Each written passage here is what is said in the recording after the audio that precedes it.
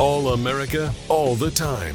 Sit down, buckle up, and get ready for The Dan Bongino Show. Oh my gosh, holy Moses, what happened in California yesterday? The answer is we don't know because California runs its elections like a third world country. Justin said they're expecting results in about 6 months. But Dan, the general elections, exactly. Well, maybe not 6 months. But bad enough. Or the other way. It's center up. I don't like being too far from the flag. We got a special guest in the studio today. The almighty Lucy is here. Killer attack dog like Cujo. If you've seen Lucy, you get the joke. I didn't have the heart to leave the dog alone. Today. She was looking at me. And we got some people like doing work around the house and all. And she can like hang out with them. But she misses me. And I had to bring her in the studio. I felt bad. You know, I never thought I'd be a dog person. But you know how it is. You get a dog and you become a dog person. It's like by osmosis. Folks, I said to you yesterday I was going to put together a collage. Well, not me, but the guys of liberals fleeing blue states, given everything that happened in California last night. The guys came through in the clutch. Here it is. Justin, can we put this out on your Twitter? Here it is in case for all the liberals out there saying, no, these blue utopias, everybody loves big government, welfare states, nanny states, Mamdani, communism, Lenin, Stalin, all of it. Really? Experts project New York to lose 2 congressional seats in 2030. Got the blues, New York, California will lose combined 6 House seats after the census. Los Angeles leads nation in massive population exodus as breaking point hits Golden State. California's population plummets for the first time since the pandemic as LA sees a staggering exodus. These places, there's more. Blue states have bled $2 trillion in wealth to red states. California loses 500,000 residents in 2 years. LA leads nation in massive population exodus. Folks, if your blue utopias are so freaking wonderful, then why is the greatest thing about your blue utopia how quickly you can escape? I'm not sure. Can you please explain this to me? Listen, libs, for a moment, try to take the cotton, out of your ears and put it in your mouth and just listen to me for a second. Why are you constantly telling us how wonderful your places are, despite the fact that all people want to do is escape your places where you're in charge? Does that make any sense? Those are actual headlines. Some of them are from left-leaning outlets. Sorry, I've got a lot of energy today. California, even despite what looks like is going to be a mail-in ballot disaster, I'm still optimistic about what I saw last night. And I'm happy today because another big thank you to you, the Bongino Army, that despite being away for a year, despite the news environment being up and down, despite all the internal fighting, the Bongino Army continues to produce. Thank you so much. Road MN's a great account to follow on X. The podcast index for news podcasts. There you go. The Dan Bongino Show. Again, despite being away for a year, number 8 in the top 10. Thank you so much. Now, here's why this is interesting. Because it doesn't even factor in Rumble. And that's probably 60 to 70% of our audience. It's Spotify, Apple Podcasts, and Amazon. Folks, our video is exclusive to Rumble.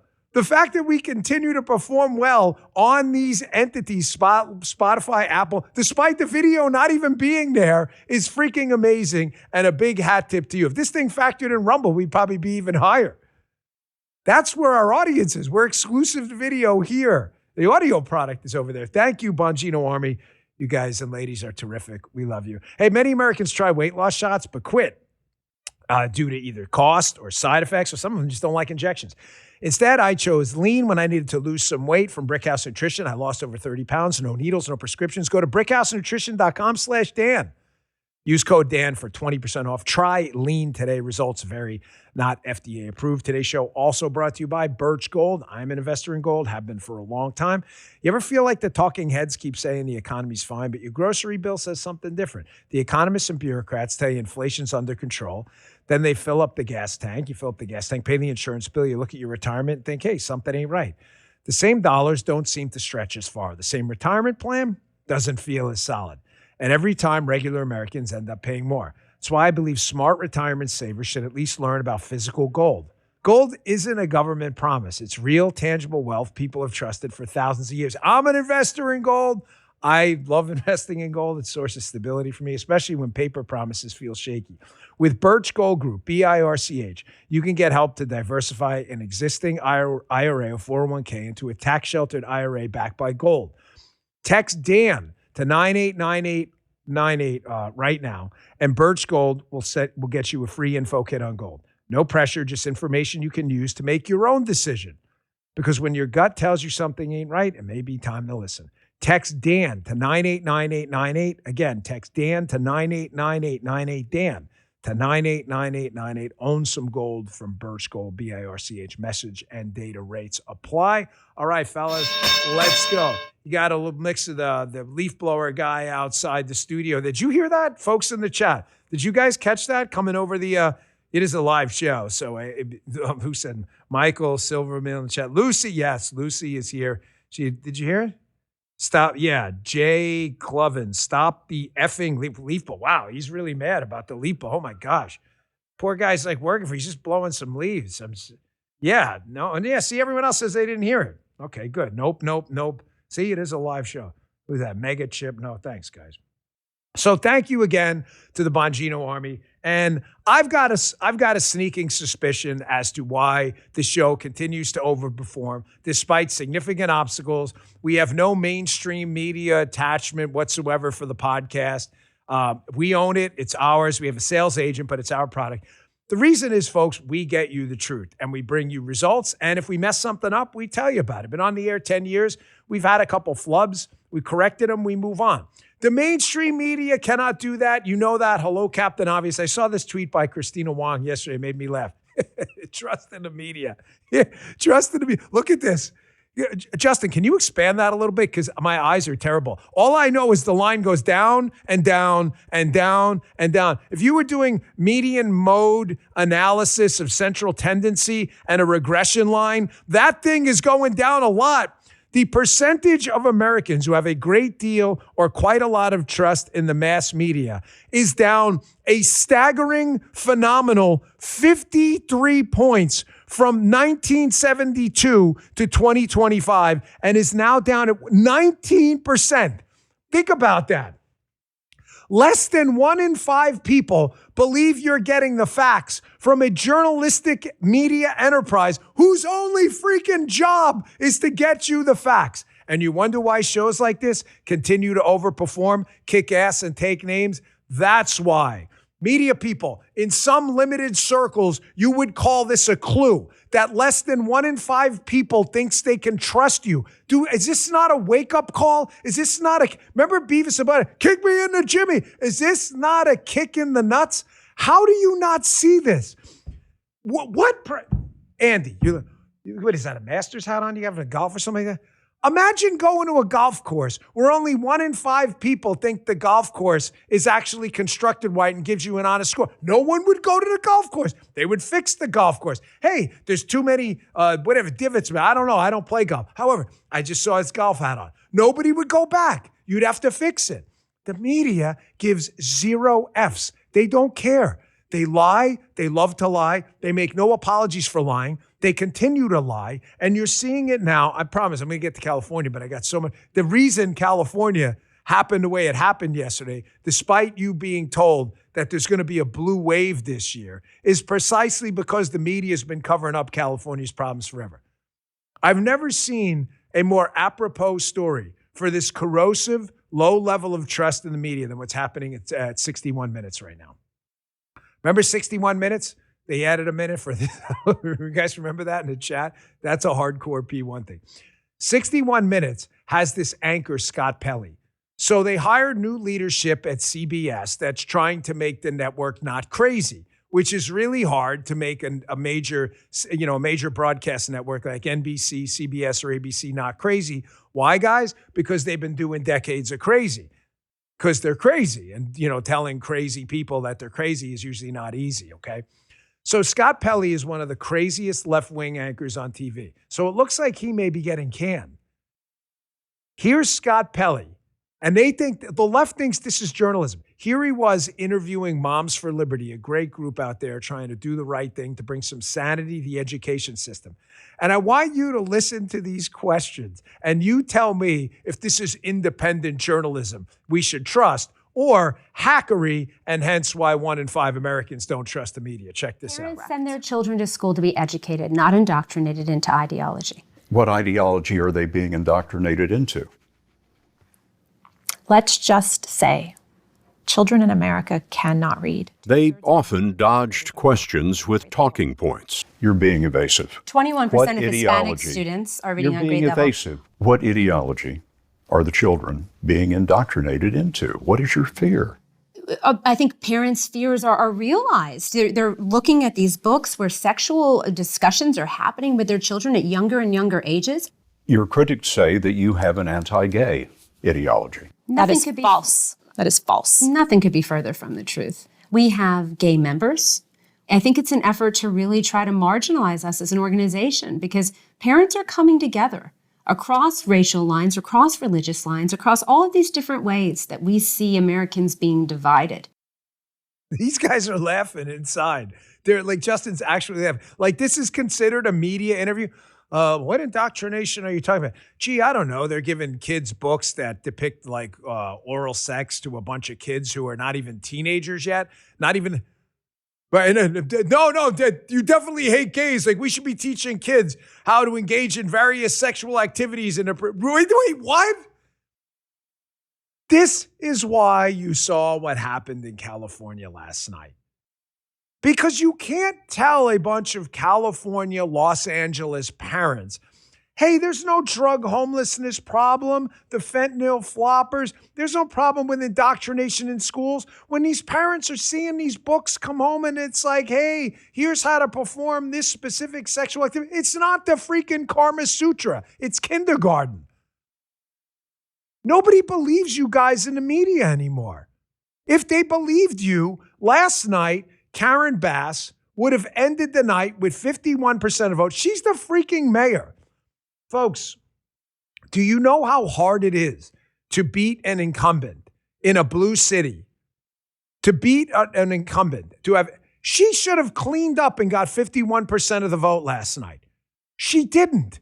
She barely edged out, as of this morning, Spencer Pratt, who's running as a Republican, in a total train wreck for Californians. Now, caveat emptor, man, buyer beware, amigos.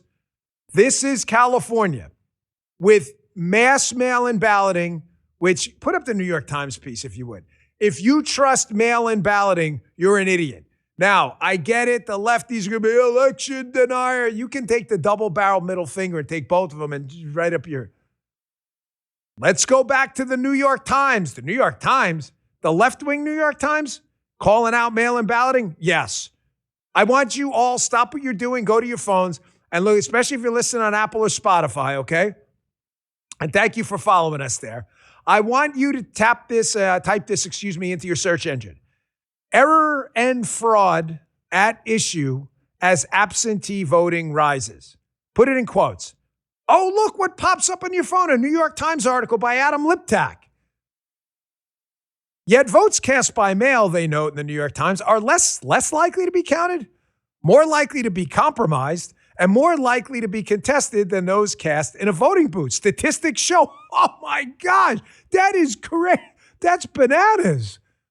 Election officials reject almost 2% of ballots cast by mail, double the rate for in-person voting. That says double, Justin. So if you're in-person voting and if you choose to vote by mail, there's twice the chance that it's fraudulent. That's what it says. It even says in the article, statistics show. It says it right there, right? Statistics show. They interview this guy, this election official, Mr. Sancho, who's famous on this show. We love you, Mr. Sancho, wherever you are. Quote, the more people you force to vote by mail, the more invalid ballots you will generate. This is the New York Times. New York Times, that's the New York Times, not the New York Post. That's left-wing New York Times. Crazy how they used to hate mail-in balloting until they figured it would work for them. And now they love it. Oh, no fraud. Oh, no. California, and I'll bring this up with Vince Colonnese later. We interview Vince every other Wednesday. Excellent host in his own right. When you combine mail-in balloting mass mail-out balloting. In other words, everyone gets one in the mail. And then ballot harvesting, where Joey Bag of Donuts can show up and grab your ballot from you. You don't know what they're doing with it. Ladies and gentlemen, you've got a witch's brew for fraud. That's just a fact. New York Times acknowledged it themselves. This article's become a running joke on the show. You know why? Because it's not funny, because it's real.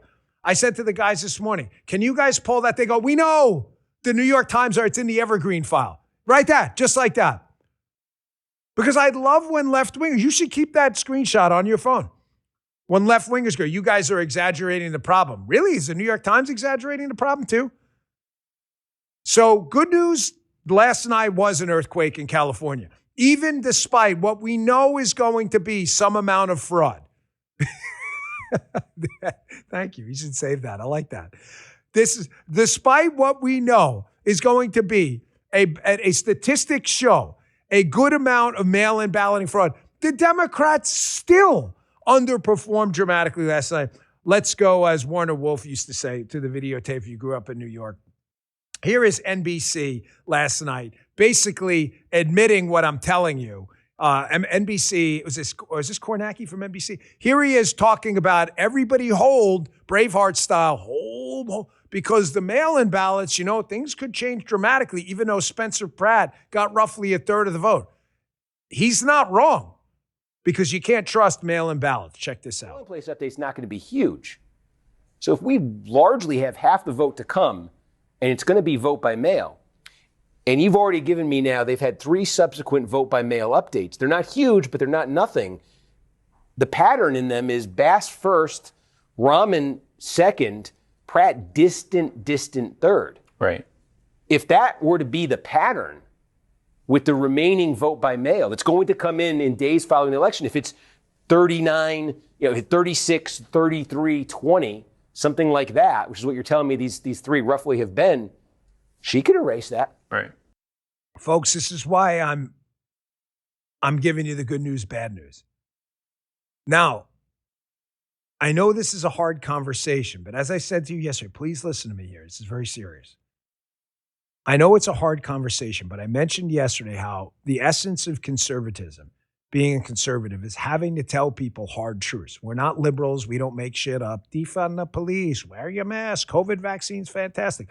We don't lie to people because it sounds cute, okay? I don't want you to take this as an excuse not to vote. We don't have a choice. It's the system in California we are stuck with because of blue state madness. There is still a good chance he could finish in the top 2. But this may be the one time I agree with, MSDOC, what is it? MSNOW, DOC, ABC, who the hell knows what it is now?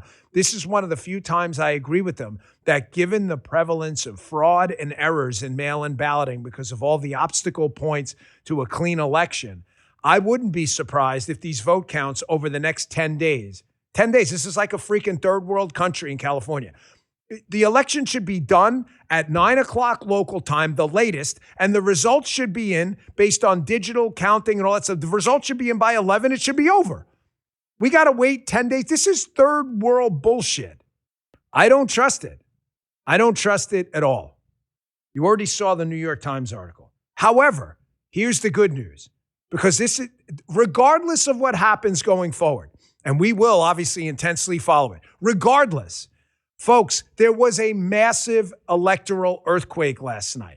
I told you the reason it is important, even if, and I hope they don't, but even if Spencer Pratt in the LA mayor's race and Steve Hilton, the Republican running in the governor's race, who was leading right now at the time of this live show in the morning, okay? Even if they don't win in a general election runoff, okay, against their Democrats, Karen Bass and whoever, Baccaria or Tom Steyer, they need to be on the ballot, because when you have a strong Republican on the ballot, even if they lose, they draw Republicans to vote who then vote down ballot for other Republican candidates too. Do you see what I'm saying? If you have a candidate, Joey Bag of Donuts, running 3-4 lines down, the top of the ticket's going to be the governor's race, okay? Then you're going to see, they call it down ballot. As you go down, you're going to, if there's a congressional race in California that's competitive, and there are a lot of them, there are Republican seats in California.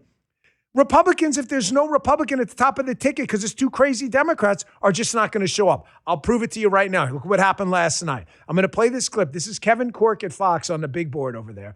He's talking about how look at what Steve Hilton did in L.A. Steve Hilton's running for governor, not for L.A. mayor. Exactly. That's my point. Spencer Pratt drew so many people into the LA election who voted for the governor's race, because they're California residents too, obviously, that even Hilton overperformed. We got to get these two guys on the ballot or we're going to lose congressional seats too. Check this out. Shocking. That's the only thing I can think of. Becerra, 29. Look at that. Steve Hilton, 215,000 votes in Los Angeles County. That should tell you a lot about how a lot of people feel in the Southland about how things have been going and what they feel like might be the proper way to move forward. I'm gobsmacked by that number. Just for some perspective, let me share, again, Orange County, this is what you would anticipate, right? 34 to 23, 16 for Tom Steyer. If you're Steve Hilton, you've got to be loving the fact that you're at 25% up in Santa Barbara County. But here's what I really wanted to draw your attention to, Sacramento County. Look at this. Now, it's a government town. You know that, Trace. So you would expect that Javier Becerra would do very, very well. Hilton well back, but not as far back as some people might have anticipated. But let me share this. If you go in and around Sac, boy, does Hilton really start to pick up numbers, and it's consistent right there, 36 to 23. Pop over to Nevada. Again, same thing, 33 to 21. It's going to be a very interesting night for Steve Hilton, and I imagine for a lot of people who didn't anticipate he would do as well as he is doing, Trey. Folks, listen to your brother Dan. I cannot emphasize in strong enough vocabulary here. If you do not have a Republican on the runoff race in November, the House of Representatives could fall to the Democrats just based on that. There are enough swingy seats in California. It could go down if no Republicans show up because they have no one at the top of the ticket to run for, that we could lose the House based on what happens with Steve Hilton and Spencer Pratt. I'm not kidding. Why do you think national Republicans have such an interest in this race? Why do you think Republicans in Nebraska, I'm talking about party officials, are so interested in what's happening in California? Because the whole nation's House of Representatives that votes on national, international issues could revolve on what happens at the top of the ticket. I can't emphasize enough how important this is. I'm going to take a quick break. I'm going to get back to this. I love it, by the way, when these liberal left-wing outlets go out and do these man or woman on the street interviews and they ask people questions and they don't get the answer. They want, hey, why did you vote? Why do you like that Spencer Pratt? They're waiting. No, I don't like him. I hate him. Reality TV, no experience effing things up or whatever. I love his line on that. You have no experience. He goes, yes, you're right. I have no experience screwing things up. Yes, good answer. CNN didn't get the answer they wanted. Then I've got something weird happened at the Pratt event, the election night event. Did you see it? The glasses guy? It's just weird. I don't know who this guy is. I got that coming up in a minute. Quick break. Hey, if you were a fan of the show in the last few years, you know my next sponsor, Beam, B-E-A-M. You know I've had issues sleeping in the past. I was always looking for a good product. I took it every night while I was away. Didn't matter what I was doing. It helps me sleep. It gets me some more deep sleep, which is important. Here's why. Before Dream, sleep just didn't happen as easily. I had a tough time calming down from the day, especially when I was doing late night media hits, tossing, turning, dragging through the next day on caffeine. No good. Sleep is the ultimate life hack. Number one. Everything else a distant second. Now with Dream, I sleep through the night, wake up clear-headed and energized. Dream has a really powerful blend of all natural ingredients, reishi, magnesium, L-theanine, which I really love, apigenin and melatonin, and it tastes incredible. Chocolate peanut butter is my go-to flavor. I'm not alone either. Beam's improved over 28 million nights of sleep nationwide. That's a big number. Now that I'm back with Beam, I'm glad to be able to offer you all a nice discount again. Go to shopbeam.com/Bongino. Use code Bongino and get my exclusive offer for up to 40% off Beam's Dream Powder.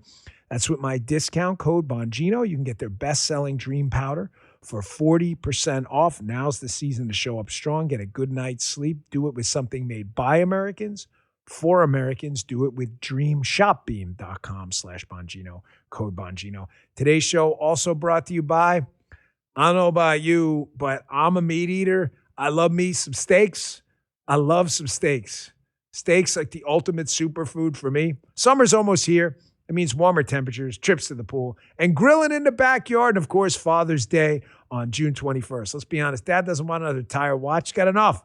He wants a tender, juicy, delicious taste of his favorite steak, grilled to perfection. I like a little crust on it. That's why meat from Omaha Steaks, such a great Father's Day gift. In my house, grilling is serious business. Justin's too. This year, surprise your dad with a premium Omaha Steaks package. Do it, Justin. You can have the steak too, because it makes the whole day feel special and effortless. Omaha Steaks delivers premium meats for premium dads. Every steak is flash frozen and vacuum sealed to peak freshness, so it tastes incredible when you open it and slap it on that grill. Plus, having high-quality steaks on hand is just convenient for any summer cookout. This Father's Day, give the dads in your life something to savor. World-famous Omaha Steaks. Go to omahasteaks.com. Get an extra $35 off with promo code Bongino at checkout. That's omahasteaks.com. Get an extra $35 off with promo code Bongino at checkout. Terms apply. See omahasteaks.com for details. Get yourself some deliciousness with Omaha Steaks. Okay. So this happened on CNN. I love Man on the Streets, especially when they turn out the wrong way for left-wing outlets. CNN interviews a woman. Hey, what's up with this Spencer Pratt? This is a great answer. Check this out. He's a young person. He lives here. He knows what goes on. What do you think about Pratt's unconventional approach? I love it. What is it that you love about it? He's another Trump. You hear the contempt? Did you hear it, Justin? Everybody, what is it that you love about it? And then it goes all Scott Pelley. Oh, he's unconventional, just like Trump. I said that. Listen, they may not share a lot of policy prescriptions together, and I'm telling you, like you gotta sometimes don't make the perfect the enemy of the good. If you can get a candidate like Spencer Pratt under the Republican banner, he's not going to be able to run as a traditional Tea Party candidate. The numbers just don't favor him. But if he can hyper-localize a race and focus on LA and LA's problems, folks will take it. I told you, even if you come out of this and go, I don't like Spencer Pratt at all. If you're a Republican saying, I don't like Spencer Pratt at all. I want a more, right-leaning guy. Fine. Folks, you got to show up and vote because, again, if you don't get him on the ballot, we're going to lose races in California everywhere from, SoCal to Northern California. It's going to screw up the whole national scene for you, too. Here's the video I was talking about. Something really weird happened at the rally last night. He's got this guy behind him over his left shoulder. I don't know. Maybe it's a Secret Service guy in me that notices this. You're always like hyper attentive to surroundings and what we call, arm's reach. When you're doing concentric rings of security around a protectee, anyone within arm's reach gets an extra level of vetting because you're within arm's reach. You can punch them, stab them, do whatever. This guy behind him, I don't know. I'm not saying it was a security threat. It's just awfully weird. Play this cut, and I'll show you what happened. The city's failing most of Los Angeles, and now I'm in all these communities, and I'm hearing everyone's issues and problems. Looks like someone's approaching him. Excuse me, sir. Thank you. Looks like Pratt knows something's up. Moves away. And then you see, the frame. There's the guy in the background again. Who is this guy? You see him over the left shoulder. Pratt's still doing the interview. Then you see he disappears. I don't know if it was some security problem, but clearly his antenna went up. So I noticed that last night again. Maybe it's just a remnant of the prior Secret Service background and anything arm reach program, man. You gotta be careful when you put someone within arm's reach of these guys. You see that guy over there. You see he noticed something's up. And then I don't know if that's a security guy or a staffer, but who knows? Could have been a friendly, but just something I picked up on. I love to throw these little things into the show.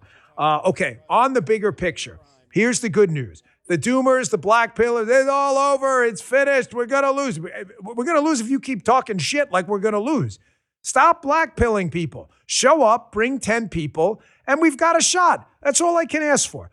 No president does well in midterm elections. It rarely happens unless there's some global catastrophe, which we don't want, and some unifying incident, okay? Let's just be clear on that. However, on the margin, it matters. If we can preserve the House, even by 1 or 2 House of Representative seats, and win back the Senate, or win the Senate, even just lose the House by a little bit, which I'm not saying we want, but it matters, then we're okay. We are not in the catastrophic position you think we're in.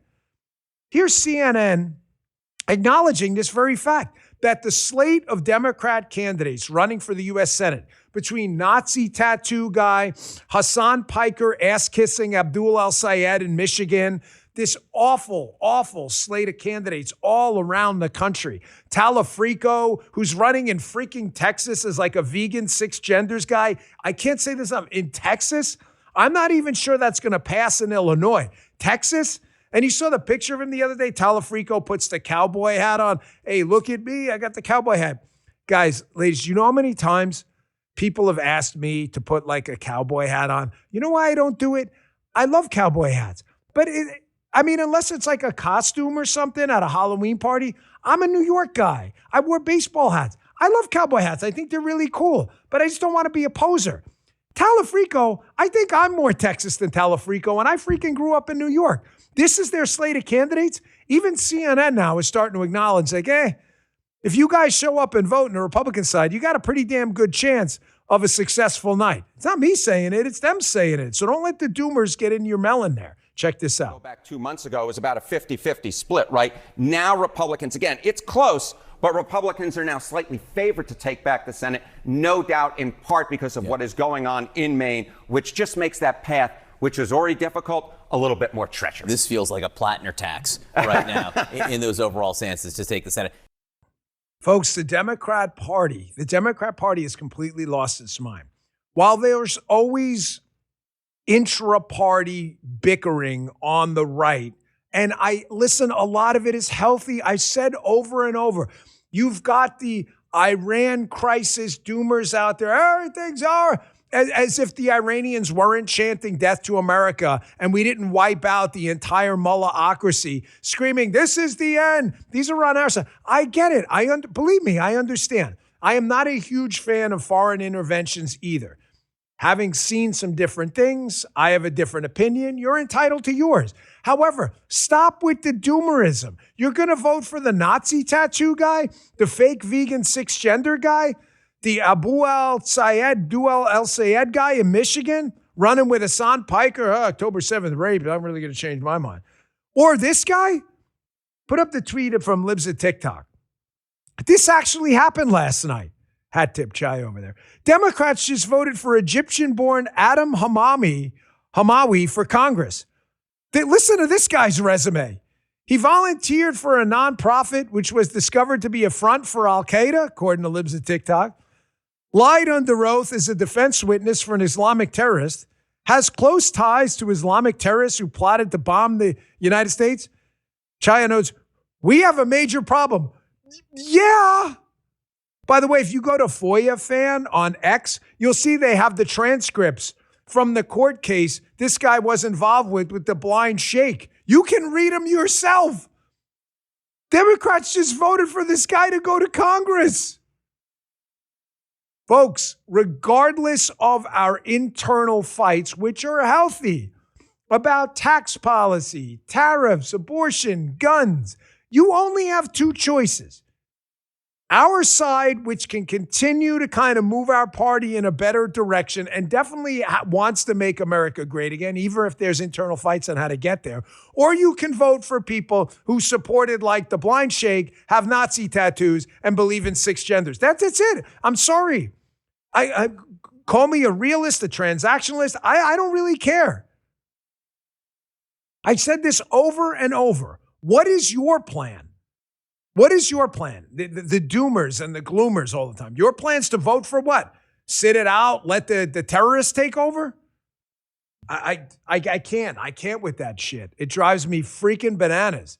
You have no you're playing up to the left-wing utopia fallacy that one day we're going to get this slate of perfect candidates that subscribes exactly to your ideological world beliefs. It's never going to happen. You're never going to vote ever.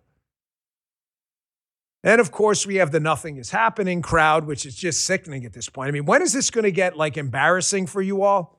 I mean, at some point, I saw it again yesterday, creeping up. Nothing is happening. We've made a joke about it on this show because I think it's hilarious. And it goes to show you, after we saw what happened in these primary races and Trump's support in the primaries, a little bit of a setback last night. One candidate lost. I'll take 37-1. That's still unprecedented for Trump endorsements. I think it was out of Iowa. The Trump candidate just barely lost. He's 37-1.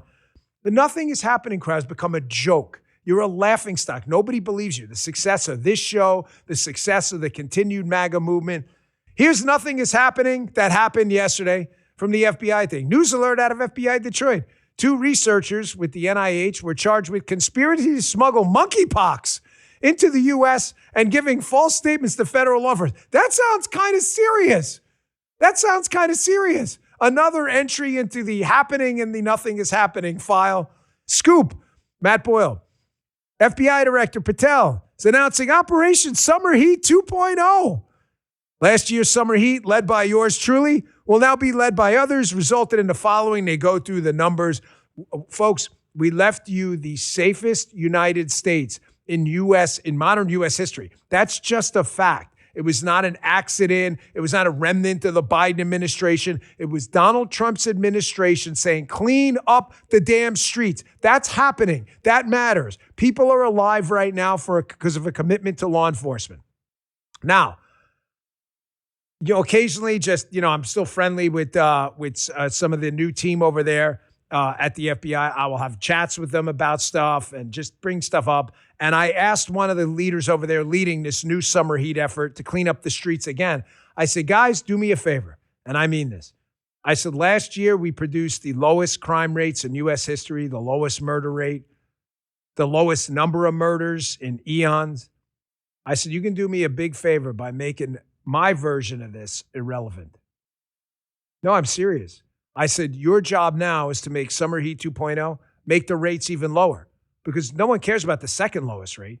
Make it about the Trump administration's effort, not about any single person or any single team. Make it about you guys this year cleaning up the streets. I told them, please, no one is taking their eye off the ball. So yes, things are happening. More things are happening too.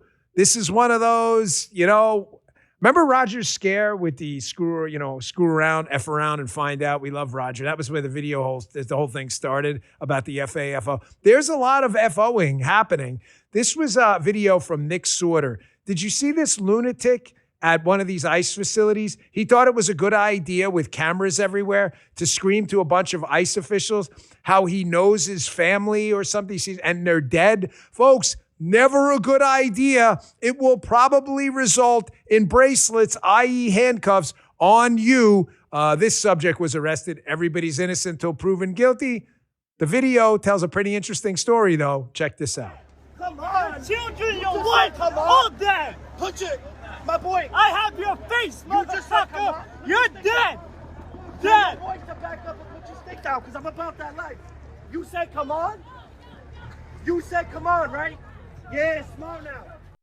I have your face, mother effer. You're dead. Meanwhile, the dude's like 5'2", 100 pounds with 70 pounds of sand on his back. Why is it always people who look like this who are always like, the tough guys it's the closet tough guys I worry about. When I was rolling in the JIT schools and everything like that, it's like the quiet dudes you always had to wear. It was always like the wrestlers too. They come in day one. Yeah, folks, you do Brazilian Jiu-Jitsu, any of you? You see the cauliflower ear wrestler guy. They never look like this, by the way, ever. They come in, they're like 5'10" or so, 210 pounds, not an ounce of body fat on them. Like, hey, you ever do jiu-jitsu or grappling? Nah, I've wrestled, though, for 10 years. The first thing you're thinking about, I don't care how long you've been rolling on the mats, you're like, oh, shit, this is going to be ugly.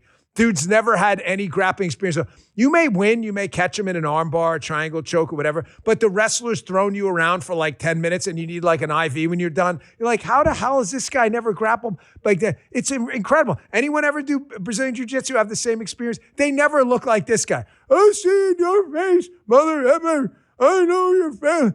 Good luck in court with the video. Everybody's innocent till proven guilty. That's how our system works.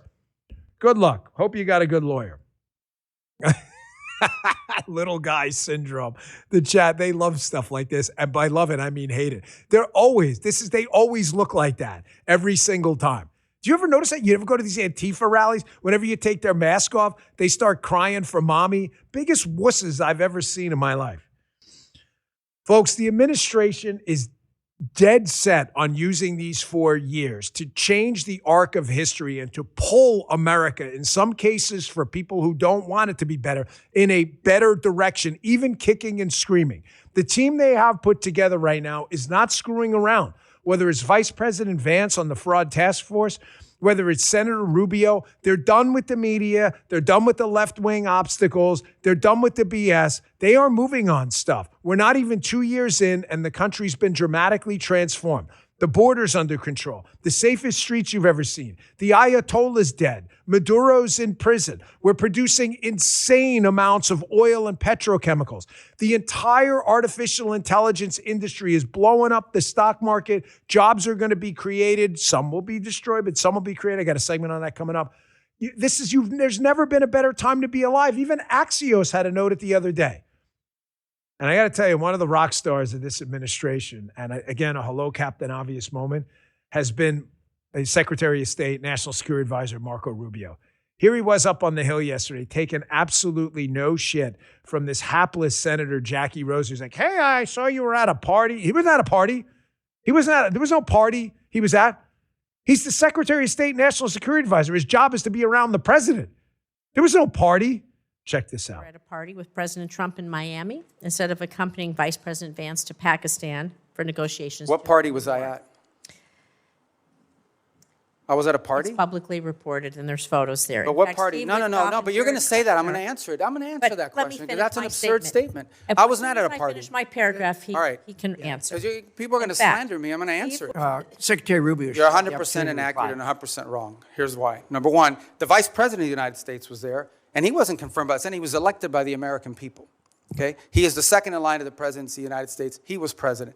Mr. Witkoff is the president's envoy for negotiation for peace deals. Mr. Kushner is a private citizen that serves as an advisor on these functions. They were the team that we sent to Pakistan. I was not at a party. Where I was is next to the president. Because in the midst of those negotiations, I was in communications with them. And in fact, I think there is media reporting from that evening on how on multiple occasions I went into a back room, I came back out and spoke to the president and was constantly updating him. On that evening, I spoke to Mr. Kushner and our negotiating team and Mr. Witkoff on at least 6 occasions, including twice on a secure line from the phone they had access to over there. So you don't know what you're talking about. You're just making stuff up. He has the floor. I know your staff wrote up this cute statement for your TikTok video, but it's not true and it's not real. That's not what happened, okay? I'm the National Security Advisor and Secretary of State. I was co-located with the president in the midst of a high-stakes negotiation so that I could immediately inform him about events occurring halfway around the world. I was where I needed to be at that moment because we had a very capable team on the ground in Pakistan led by the vice president. Folks, I can't say this enough, especially to the black pillars and doomers who think the MAGA movement is dead. We have never had a better bench, in contrast, winky, winky, nod, nod, with the Democrats. The Democrats' future is AOC, Bernie Sanders, Liz Warren, Pramila Jayapal, Nazi tattoo guy, vegan 6 genders, Texas Talafrico. This is all they've got. I'm not telling you someone can't emerge like Barack Obama did. I'm just telling you, like, the best candidate the Democrats have is, I would argue, I'm not a Democrat, would never vote for one, so I'm just be clear on that, is probably Fetterman. And they want him out. They're trying to primary him. Now contrast that with the Republican bench. Marco Rubio, incredible. JD, cleaning up. Byron Donalds, Brandon Gill. The list goes on and on and on of Republican candidates who are just have the gift, the je ne sais quoi. And the Democrats find themselves amazingly on the wrong side of every single issue. Crime, drug use, homelessness, illegal immigration. Try explaining to a local 3 electrician in New York. I did a hit on Will Cain's show yesterday. And one of the topics I wanted to bring up, but we didn't have enough time, was how there's the new proposal. If you were naturalized, in other words, you're not a U.S. citizen but became one through the immigration process. Everybody tracking? There's a proposal in Congress that if you were a naturalized citizen who got citizenship later in life and then are convicted of an act of terrorism, that you should automatically have your citizenship revoked. Some of you are listening to this, like Josh, probably going, that doesn't happen automatically? No, it doesn't. This should be a bill that gets 99 votes in the Senate. Amazingly, the Democrats will always find themselves on the wrong side of every issue because their bench are the AOC Nazi tattoo guy in Maine. They are pulling this party in an unsustainable direction.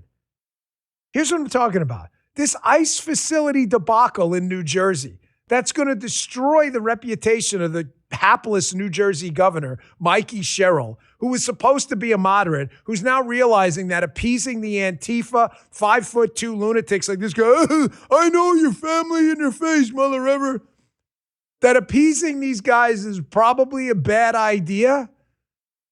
The left will fall for anything. Here's a report out of, MSDNC, that at the ICE facility in New Jersey, that the Antifa lunatic, violent, anti-First Amendment mob is lined up. That's what Antifa is. Here's a report that there's a hunger strike. There's no hunger strike. They're just making this up. The liberals will fall for anything. They're stupid. And the left wing of their party knows it. Check this out. MS Now can confirm that multiple arrests were made on Sunday night.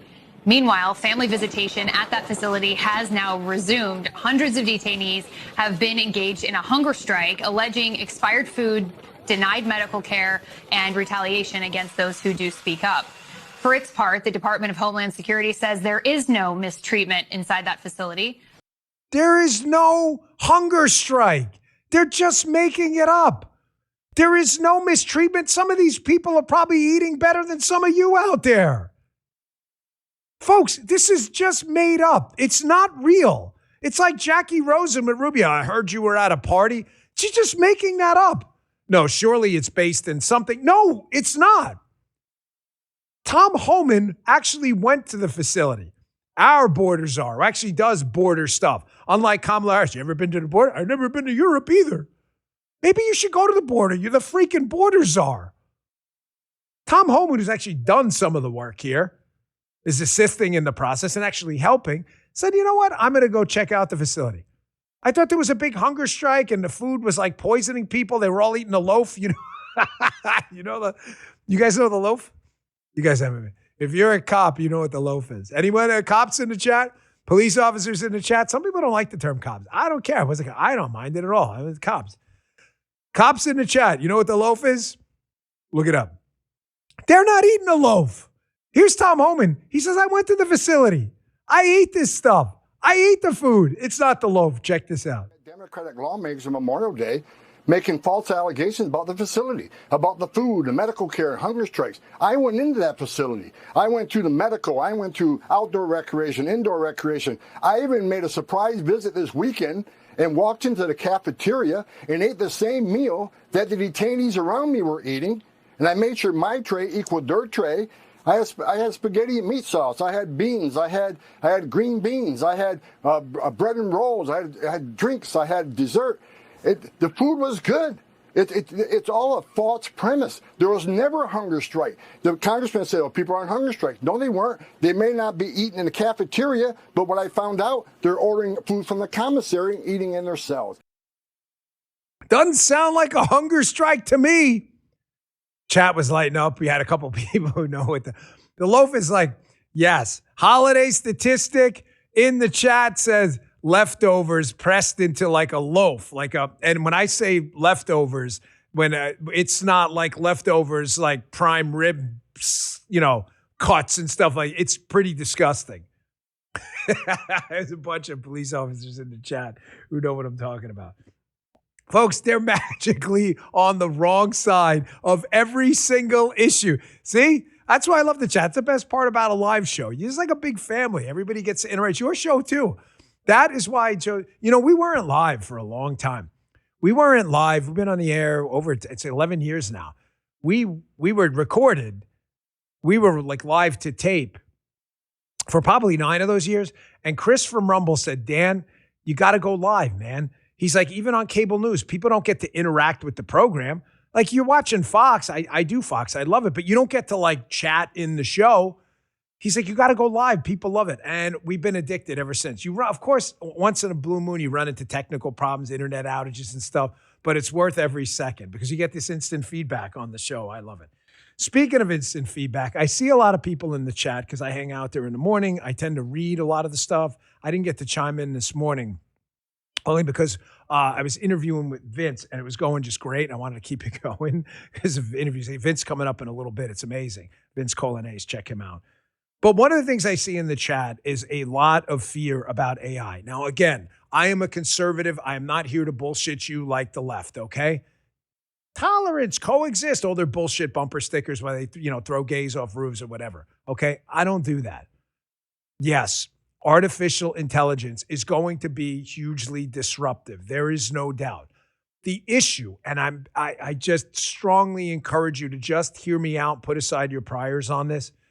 The issue with artificial intelligence is like splitting the atom.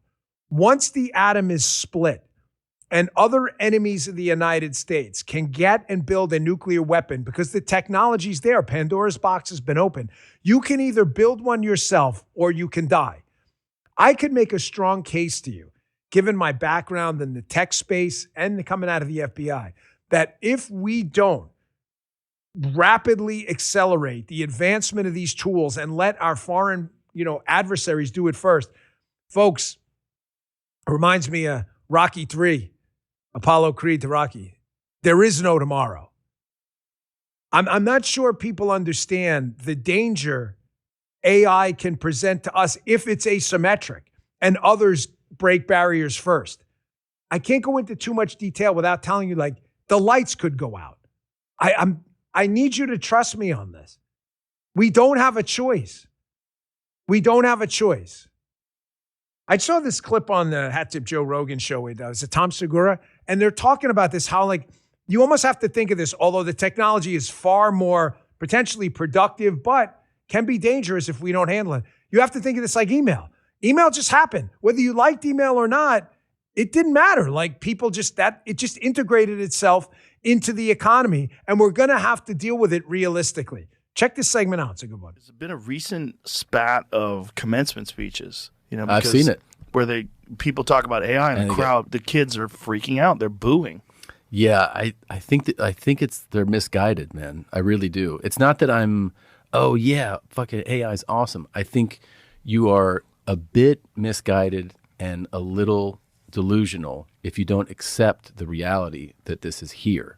This is not going away. So when like somebody goes, use it to benefit you, like learn, don't reject learning, and you boo. I think you're setting yourself up. It's not saying, oh my God, isn't it great that if this were to take all of everybody's jobs? But it's like this is like getting mad about email. Right. It's like it's not going away, man.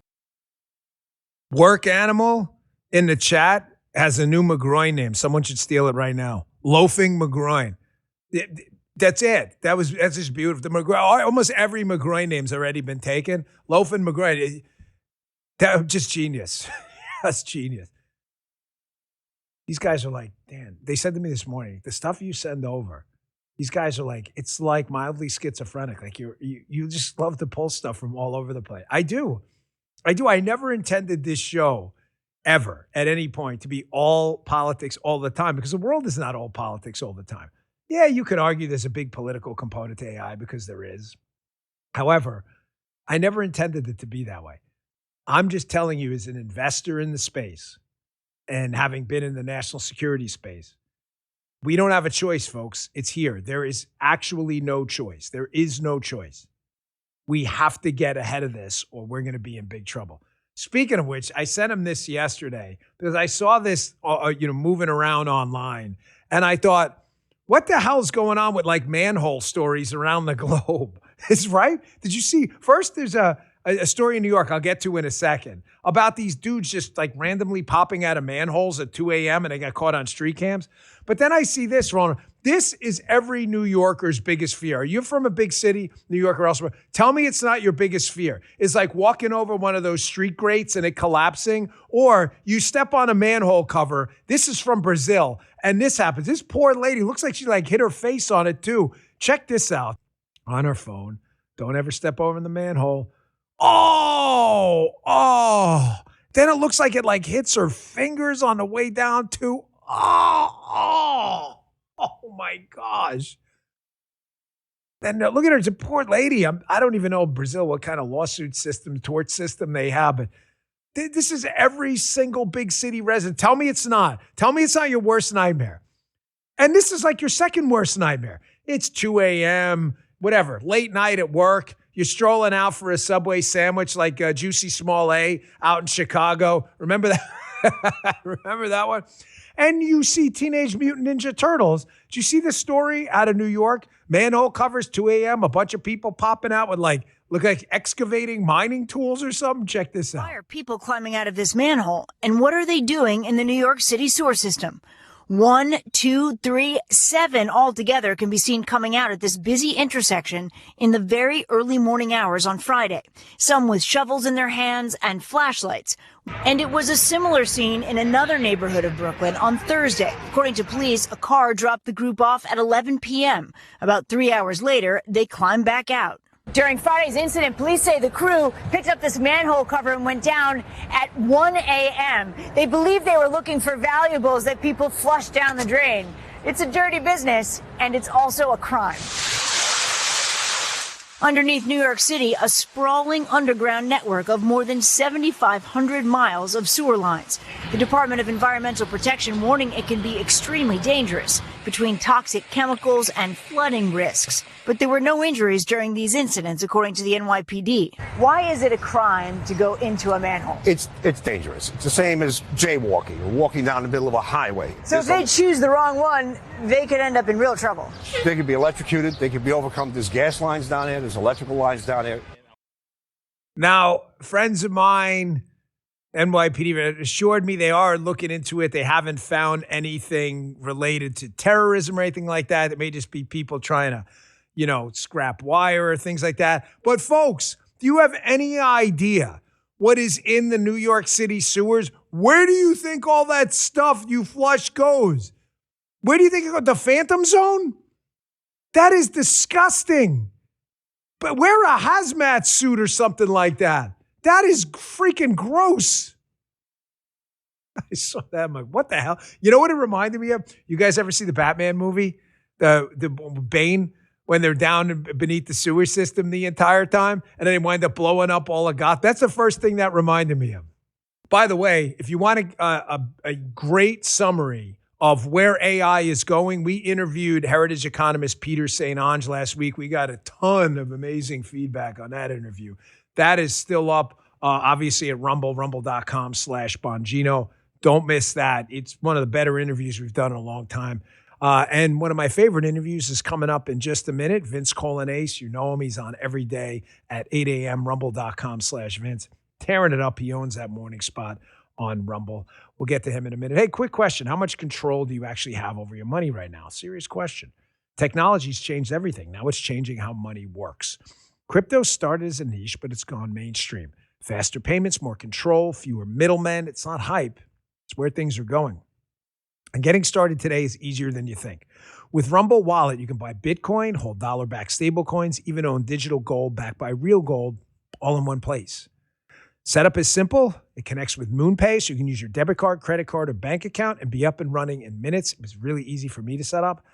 It's not just about the amount, it's about getting in early and understanding what's coming next. And once you're set up, you can even tip your favorite Rumble creators directly. Now, you got to do this, right? Scan the QR code or click the link in the description and download Rumble Wallet. Rumble Wallet. From there, you can set up your wallet. Just tap buy and you're in the game. Go to your favorite app store, download the Rumble Wallet app. It is really, really easy to use. Control your money, take control of your money, keep control of your money. Get started with Rumble Wallet today. Rumble Wallet's a technology provider only and not a custodial service. See terms at wallet.rumble.com.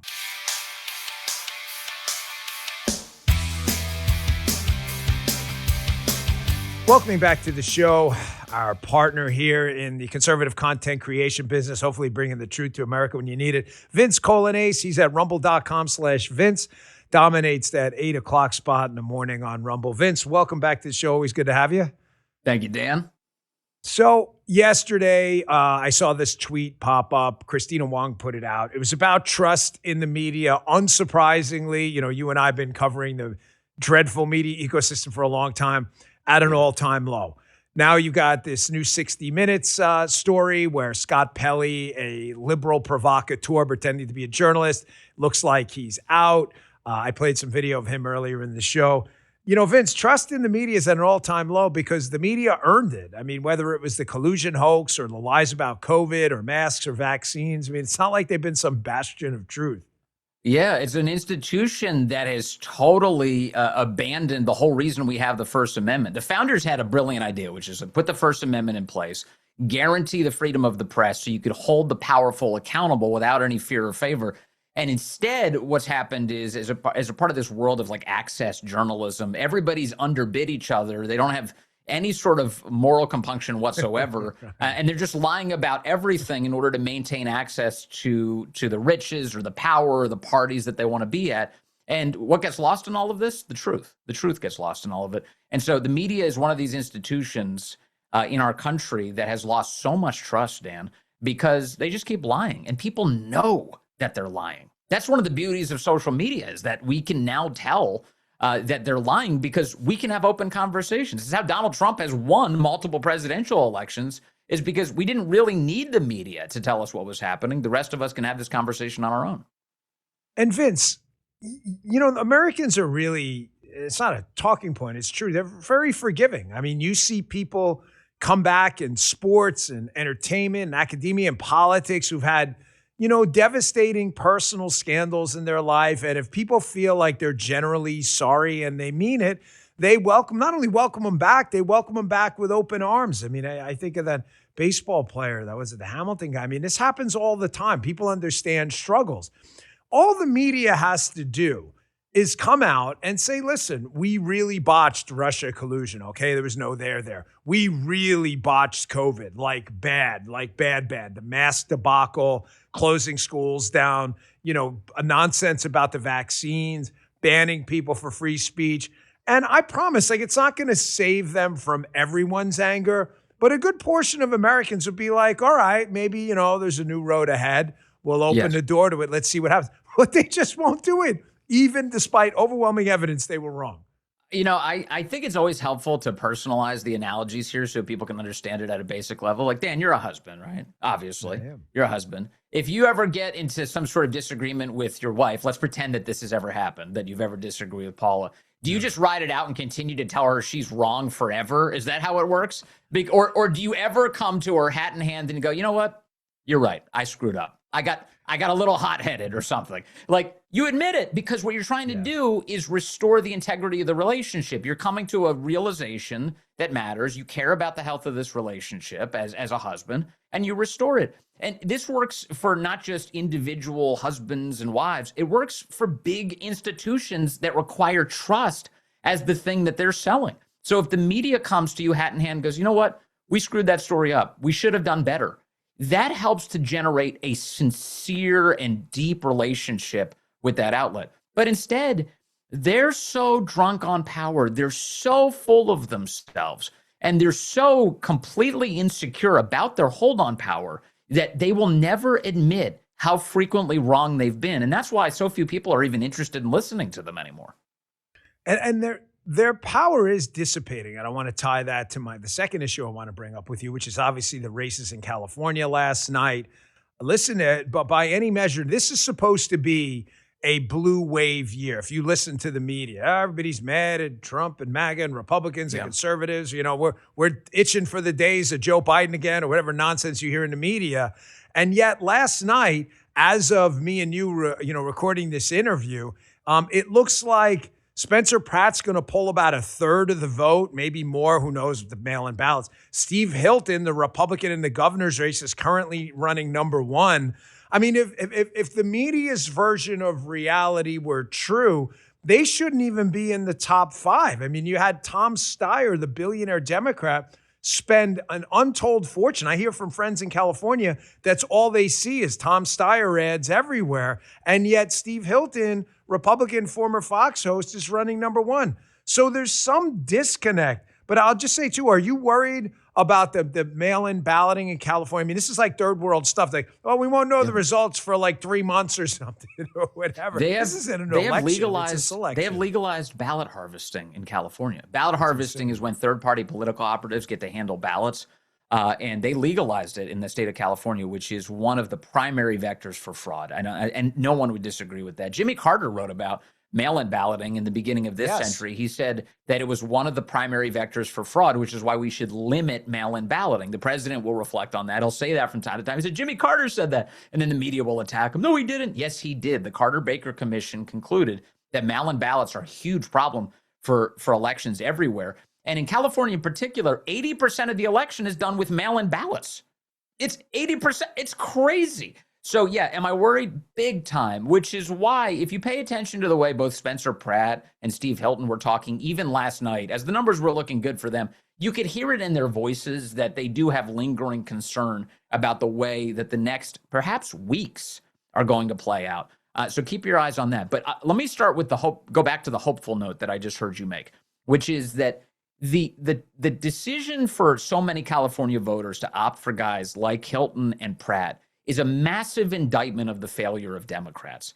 It should not be this close. If Democrats were some big success, if they were all as happy and greasy and fun as Gavin Newsom pretends to be, then there'd be no chance for a Republican to break into such a Democrat stronghold. And yet these guys are breaking in. Why? Because California is in a desperate situation. The richest Californians just saw their houses burned down and they can't rebuild them. The poorest Californians are living among human feces and needles and animal torturers, and they recognize the despair that's going on in places like Los Angeles. And as a result, people are truly looking for an alternative. In a way, this is a fantastic test of your famous assessment, is it bad enough yet? And for so many Californians, the answer to that is a resounding yes. Now, is it enough Californians? And is it enough Californians to overcome the fraud that everyone suspects is very likely so dominant in California? We'll see. But man, I really got to hand it to these guys. You know, you and I both constantly are asking American citizens to stay in the fight. And I'm looking at a guy like Spencer Pratt, who, as far as I can tell, has never been interested in politics at all until politics became interested in him, you know, before it started destroying his life. And then you got a guy like Steve Hilton, who is an immigrant to this country, loves this country, adopted this country because he really sees its value. What a story. 250 years later, a former Brit may be the vehicle to save manifest destiny in the United States. I just think these are great stories, and I love that these guys are actually in the fight. You know, Vince, there's a takeaway from the Pratt race that I got to tell you, I'm almost like ashamed I haven't brought up sooner. I keep talking about the value of snapshots and sound bites and painting contrasts. However, the oldest political axiomatic truth in the business is all politics are local. I got to tell you, I learned this the hard way in one of my races, a really hard way. It's been said since the beginning of time. There is a lesson for activists and candidates out there you should take from this segment with me and Vince right now. Pratt did something genius. Not only did he use, the social media and stuff in a way we haven't seen since the Trump campaigns, but he hyper-localized the race. He was very honest. Listen, those issues are all important. Foreign relations, geopolitics, nuclear weapons are all very important, or existential in some cases. That's not what I'm running on. I'm running on animal torture, homelessness, the fentanyl flop, cleaning up the streets, and fire victims. He hyper-localized it, and there was just no way with the explosion of independent media and people with cell phone cameras for them to say, hey, what Pratt's talking about is not happening. It wasn't exaggerated. They saw it themselves. It's harder to lie about the things you can see. It's harder to lie about the things that you see firsthand, isn't it? When you see it happen in front of you, you're like, what are you lying to me about? I'm watching. There's homelessness everywhere. There's fentanyl needles everywhere. Human waste everywhere. This city's in despair. All my neighbors are moving out. Nobody can afford to live here anymore. When it's happening to you directly, it's very hard for somebody to lie to you from a distance about it. If it's far away, if it's overseas, if it's in the Middle East, it's easier to manipulate people about that because it's distant from them. That's the case. And which, by the way, and I love how you just assessed that, get these cameras that capture these images. That's the role that independent journalists play. So I might not be in, say, Newark, New Jersey. I'm not in Newark, New Jersey. But thanks to guys like Nick Sorter and Julio Rosas, I can see the insurrection that's happening outside of that immigration facility. I can see it with my own eyes. And so can so many Americans across the country. One of the game-changing elements of social media, independent media, what you and I are able to do now, is that you're able to bring images directly into people's homes that are brought directly from the source. It's not the media distortion filter. It's not the lies that we're constantly being fed by the press. It's instead something more real, authentic, and genuine. And when you watch that, you're like, people are like, no, I don't want men and women's sports. Look at that. That dude just broke that woman's orbital bone. Are you serious? No, I can't. I just saw that with my own eyes. That can't happen. Our borders can't be open. Look at these people coming across it. These Fox News drones are catching millions of people coming across the border. When you see those images, or if you live in those communities, that goes a long way. And it's hard to lie about something that's that close to you. I mean, there's no one better to comment on this. By the way, we're talking to Vince Colonnese. He appears here bi-weekly every other Wednesday. I go on his radio show every Wednesday after that. So once a week, we're on each other's shows. He's at rumble.com/Vince every day at 8 a.m. Eastern time, on demand anytime. His show is just exploding. Regarding the Senate map coming up, listen, the Democrats are really trying to expand the Senate map for control of the Senate. They're looking at Texas with Talafrico there, in Iowa, but they've got some problems themselves. I've said, and listen, of course it's an opinion, it's subjective, but it's based on objective fact. I've seen a lot of bad candidates on both sides, okay? I have. I've never seen a slate of candidates in a collective pool, the United States Senate Democrat side, as bad as the Democrats are running this time. Vince, they're usually better at this. The Graham Plattner debacle, I mean, they don't even know what to do with this guy. There are disqualifying things, and then there's like things people will accept, and then there's like a freaking Nazi stormtrooper tattoo. You know, you've got this guy in New Jersey, Hamawi, who apparently was a character witness for the blind sheikh who wanted to blow up the World Trade Center. I mean, I've never seen, Abdul al-Sayed in Michigan running with Hassan Piker, the social murder, October 7th rape apologist guy. This is a really genuinely awful group of candidates like I've never seen before. I get it's an opinion, but those are facts I just told you that they're based on. And they're captivated by the extremists in their party. They're scared to death of their own extremists. They don't want to upset them. So they're going to just cow to them every single time. We've seen it play out over and over and over again, which is why that's how they end up with these awful candidates. It's pretty disgusting. And it's why it's so rare to hear. John Fetterman is like the only guy in the whole party who seems to be ever saying anything relatively moderate. Like, hey, maybe it's crazy to align ourselves with extremists. Maybe it's crazy to open our borders. Maybe it's crazy to bring in all these terrorists who hate the country. Maybe that's crazy. And they want to drum him out. They want to get rid of that guy. They're trying to primary him out of the Senate now because he's saying common sense things. So, I mean, this is yet another sign. I've talked to you before about this, of why we need election integrity, because if you have a credible election system where voters actually get a say, it actually moderates the extremism. It gets rid of that nonsense. But in the absence of that, with the elections being as problematic as they are in the United States, and a Democrat Party being as scared as they are of their own base, you have one political party that's fully dedicated, unfortunately, to an extremism that is echoing throughout its base now. Dan, it's not just the candidates, it's the voters. Democrat voters have a massive problem. Charlie Kirk was killed by one of these guys. They have an assassination culture on the left. 50% of their voters think that it's acceptable to kill their political opponents. There's something very, very dangerous going on. And when you've got a bunch of people who are a part of an assassination culture selecting candidates, that's how you end up with people who are involved in terror attacks or justifying them getting on the candidate slate for Democrat Party.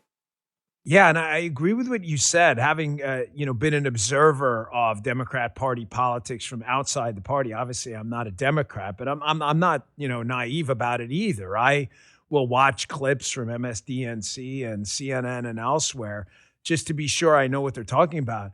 It's incredible how there's always been this healthy, I think, internal fight in the Republican and conservative movement about especially things like foreign interventions, foreign wars. It is healthy because it keeps everyone in check.